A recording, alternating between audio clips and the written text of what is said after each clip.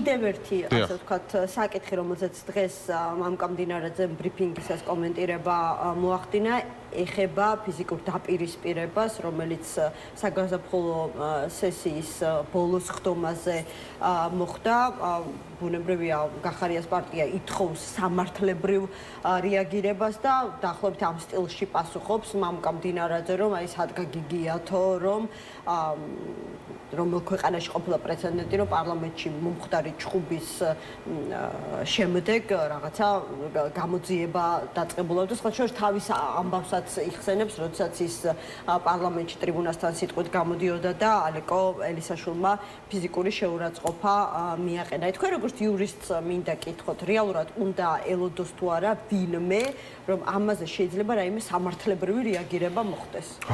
ემა განსვიფერებული ვარ, გაკვირვებული ვარ, მიუხედავად ბევრის ნახვისა ქართული ოცნებიდან, ასე პირდაპირ გითხრეს უკვე დღეს საჯაროდ დაუმალავად, რომ სად თქვენ და სად ჩვენ ამ შემთხვევაში სად თქვენში გულისხმობდნენ ჩვენ საქართველოს მოქალაქეებს და სად ჩვენო რა ქართული ოცნების წარმომადგენლები. ანუ რა გამოდის რომ კანონის წინაშე თანასწორობაო სხვა შტაბეშტილება დაგჭათ კანონის წინაშე თანასწორობა ყველასი ერთი არ არისო საქართველოს მოქალაქეებს და მივალ. მან თქვა რომ სად ყოფილა შემთხვევაა რომ მოხდა რა გამოძიება პარლამენტში რამდენი ჯგუფი გვინახავს მხოლოდ საქართველოს მაგალითზე ხო? დავასრულებ. პირველი გითხრა რომ საქართველოს კონსტიტუცია მოიყვანა მაგალითად და ამ შემთხვევაში მოიყვანა საქართველოს ისა რა ქვია იმუნიტეტი მოიყვანა. აი ეგ არის საქართველოს კონსტიტუციის 39 მუხლი, საქართველოს კონსტიტუციის 39 მუხლი. სრული აბსურდი და სიცრუე მსგავს რამეს საქართველოს კონსტიტუცია არ საუბრობს პირველ რიგში.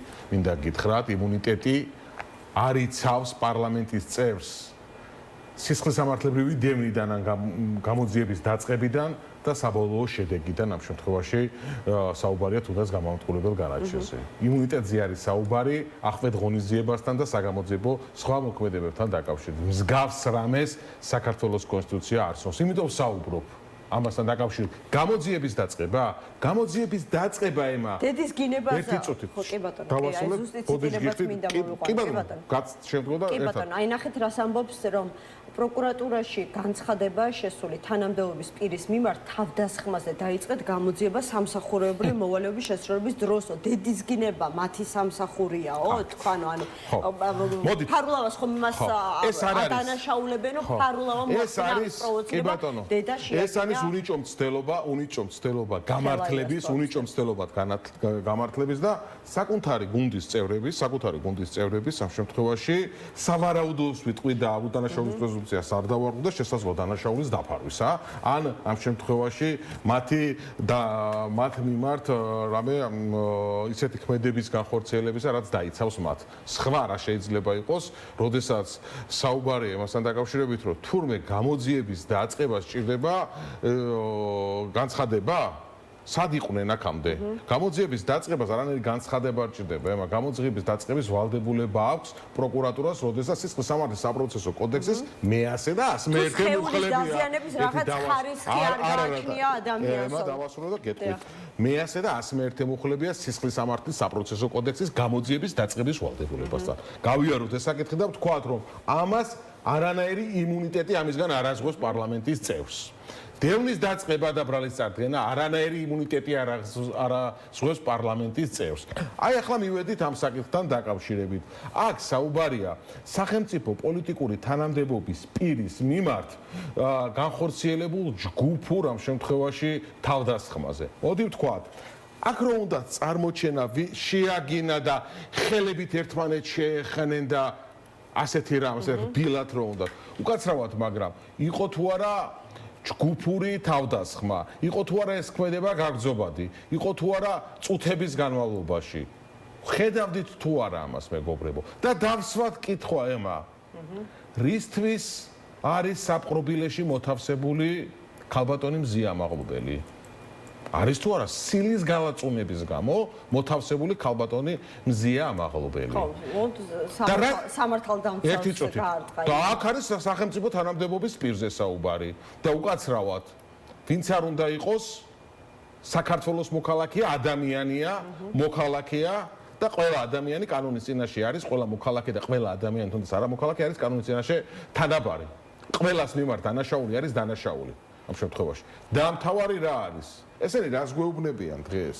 აი დღეს რას გვეუბნებიან, რომ პარლამენტის შენობაშიო თუ რამე მოხდებაო, ანუ საერთაშორისო პრაქტიკა არსებობსო, ძალადობა თუ მოხდება და ჯგუფური ორგანიზებული თავდასხმა თუ მოხდებაო, რაღაც საერთაშორისო პრაქტიკა არსებობს, მითხრან ერთი საერთაშორისო პრაქტიკაში, რომელიც სისხლისამართლის კოდექსით ცნობს მსგავს რამეს. და რას გვეუბნებიან? ანუ აქცენტს აკეთებენ, რომ განზრახულობა არ ყოფილაო ამათი თემა, იმიტომ რომ ემოციური ნიადაგზეო ხა ქართველი კაციო დედის გინებასო ვერ მოითმესო და ხა მაშინ მზიამაღლობას უნდა მოეთმინა გინება და ასე ვთქვათ შეურაცხყოფა მისი მისამართი. თქვენ თვითონ გაეცით ამ კითხვას პასუხი და ძალიან კარგია. ხო, იმიტომ რომ ძალიან მესმის. თქვენი კოლეგაც არის ქალბატონია და ქალბატონია, კი ბატონია, თუმცა სამართალდამცავი ასე იქცევა შენი მისამართით, კიდევ უფრო ასე ვთქვათ, მძიმე მოსათმენია აქვე ვიტყვი. კი ბატონო. აი ეს ადამიანები, ახლა ამ ადამიანებმა მიიღეს კანონი, სადაც ტროტუარზე გადაკეტვისთვის თუ ქუჩაზე გადაკეტვისთვის ადამიანებს საპატიმროში ათავსებენ. აი ამ ადამიანებმა მიიღეს ეს კანონი, ხო? ეს ადამიანები ამ შემთხვევაში გორში რო ძალადობა მოხდა და საზიზღრობა რო მოხდა გორში ჯგუფური ძალადობა. ჩემს ხო იქ ადამიანი რა წარმოუდგენელი რა მოხდა, ხო? ხო დამაკავეთ. ხო მაგას ვაპარაკობ. აქ არ არის ჯგუფური ძალადობა ამასთან დაკავშირებით? მოდი ვთქვათ პირდაპირ ეს ადამიანი დღეს რას გვეუბნებიან იცი? ის რაც თქვენზეო სხვა საქართველოს მოქალაქეებზე მოქმედებსო, ჩვენზეო შეიძლება ამან არ იმოქმედოსო, ამას გვეუბნებიან. მე ამას ასე ვუყურებ. სხვანაირად როგორ შეიძლება არ მოიყვანა ანუ მეტი ნახე საქართველოს მეტი მკაფიობისთვის მეტი სიცხადისთვის მოიყვანა ალეკო ელისაშვილის მაგალითი რომ კი ბატონო მაგასაც გავყვეთ ამასთან ალეკო ელისაშვილმაცო ხომ დამარტყაო მეო საჯაროდ ქურდულად მომეპარა და ფიზიკური შეურაცხყოფა მომაყენა ყველანაირი ძალადობა ჩემთვის და ჩემი პარტიისთვის მიუღებელი ეს ცალსახად ახლა გავყვეთ მაგასთან დაკავშირებით მაგას ამ ყველაფერს აქ გაგრძელება ხო? დინარაძე არ მისულა მეკონა მაშინ პროკურატურაში ხო?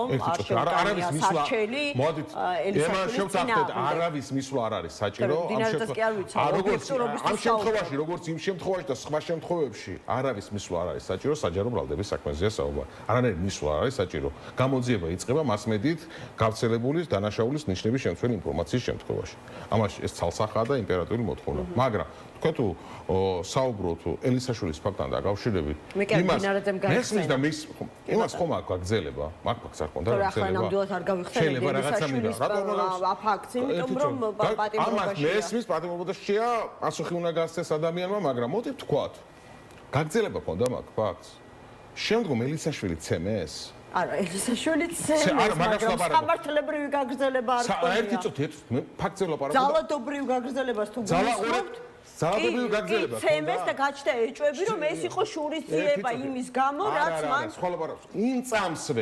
იმ წამსვე აი წერ წუთში ორი წუთში თუ როდესაც ეს ფაქტი მოხდა პარლამენტის შენობაში შიგნით შემდგომ ქართული ოცნების წევრებმა ხო ეს იძალავდეს თუ არა ხო ნახეთ ხო ნახო გახსოვთ არა ამ შემთხვევაში იმათ მიმართაც ხო არ იყო კითხვის ნიშნები სამართლებრივად და მოდით რა არავინ არ არის აქ და ვერავინ ვერ მოატყვილებს გამიგეთ და მოდი პირდაპირ ვთქვათ კანონი ყველას წინაშე ერთია საქართველოს კონსტიტუციით კანონის წინაშე ყველა არის თანასწორი პირდაპირ ვსაუბრობ და მნიშვნელობა არ აქვს ამ შემთხვევაში ყველას მიმართ უნდა იყოს თანასწორი ვინ არის რა არის და რას წარმოადგენს ეს ადამიანები გვეუბნებიან დღეს ემაყურეთ ეს ადამიანები დღეს გვეუბნებიან რომ თურმე პარლამენტში შენობაში რაღაცა განსაკუთრებული წარმოუდგენელი და აუხსნელი რომელსაც კანონმდებლობა არც საერთაშორისო და არც მოქმედი საქართველოს სისხლისამართლის კოდექსი და არც უმთავრესი კანონი ქვეყნის კონსტიტუცია არ ცნობს გვეუბნებიან რომ თურმე რაღაცა პრაქტიკა არსებობს და რა პრაქტიკა არსებობს ამისთანა რომ პარლამენტი რა ტატამად გადააქციონ და იქ იყოს ცემატყება და ჯგუფური ძალადობა და ამაზე პასუხისმგებლობის საკითხები თუმცა რაღაცა განსაკუთრებული რაღაც მითიური იმუნიტეტი იცავს პარლამენტის შენობაში მყოფ შიგნით პირებს არა ხალხო გამორიცხულია ეგა არის იმუნიტეტი მაგრამ ის იმუნიტეტი გამოძიების დაწყებიდან, დევნიდან და საქმის მიმდინარეობიდან არავის არასდროს არ როგორც იცავს. ხედავთ, სამართალდამცავთა მაკოორდინირებული მინისტრის განცხადებების მიხედვით, მოკლედ სამართლებრივი რეაგირება ამ ფაქტზე არ იქნება. თუმცა მამკა მდინარეძე ძალიან კმაყოფილია, რომ საჯარო სივრცეში გინების, შეურაცხყოფის და ბულინგის დონე შემცირდა. ანუ ის ამბობს, რომ ძალიან ეფექტურად მუშაობს ის სიძულვილის ენის წინააღმდეგ შექმნილი დეპარტამენტი, რომელმაც უკვე 170-ზე მეტი სავარაუდო სამართალდარღვევის ფაქტი გამოავლინა. სხვათა შორის არსებობდა მოლოდინები, რომ აი ძირითადად ეს დეპარტამენტი იქნებოდა სადამსჯელო ორგანო ოპოზიციის მხარდამჭერების წინააღმდეგ. თუმცა ვხედავთ, რომ არის კონკრეტული მაგალითები, როდესაც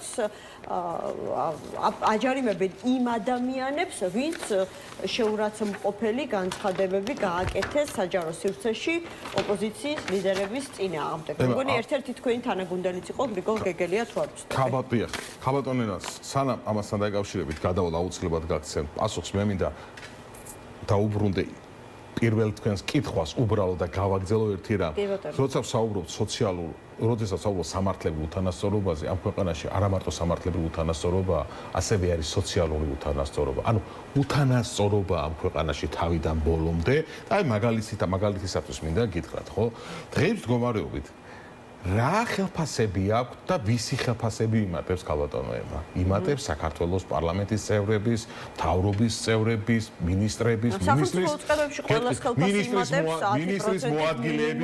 ministris მოადგილეების ხელფასი. აი მაგალითისათვის 16000 ლარი აქვს პრეზიდენტს, ministrებს 13600 ლარი აქვს, პარლამენტის წევრებს 12000 და მეტი აქვს ჩვეულებრივ ამ შემთხვევაში პარლამენტის წევრებს და ესე. და ომის ვეტერანის დახმარება არის, ომის ვეტერანის დახმარება არის 100 ლარი. ხო წარმოგიდგენიათ არა? ანუ აფხაზეთიდან და სამანჩავროდან დევნილთა შემწეობა და დახმარება არის 45 ლარი. უმაღლესი პენსია არის საქართველოს მოქალაქეების 495 ლარი. ანუ რა იმატებს? იმატებს ამათი ხელფასები, მაგრამ ასევე იმატებს რა? გადასახადები, ელექტროენერგიის გადასახადები, იმატებს ჯარიმები. მე ამას ვლაპარაკობ, აი სამართლებრივადაც რო შევხედოთ დღეს ჩემთვისაც კი განსაცურებელი იყო რომ პირდაპირ ეს თქვეს ამასთან დაკავშირებით რომ პირდაპირ გითხრეს რომ დარაშემოვლებით გზით და არეცადნენ რომ აი რაღაცა გამოძიება დაიწყება ან სამართალდამცავი ორგანოების გადასაწყვეტი და ჩვენ ვერ გავცემთ პასუხს არა გამოძიება არ არის რომ ამასთან დაკავშირებითო საჭირო დაახლოებით ასე თქვეს აბა რა იყოს ხო გამოძიება ამასთან დაკავშირებითო არ არისო და არ მივიჩნევთო საჭიროთო და ესო რაღაცა პრაქტიკა ყოფილა თორმე საერთაშორისო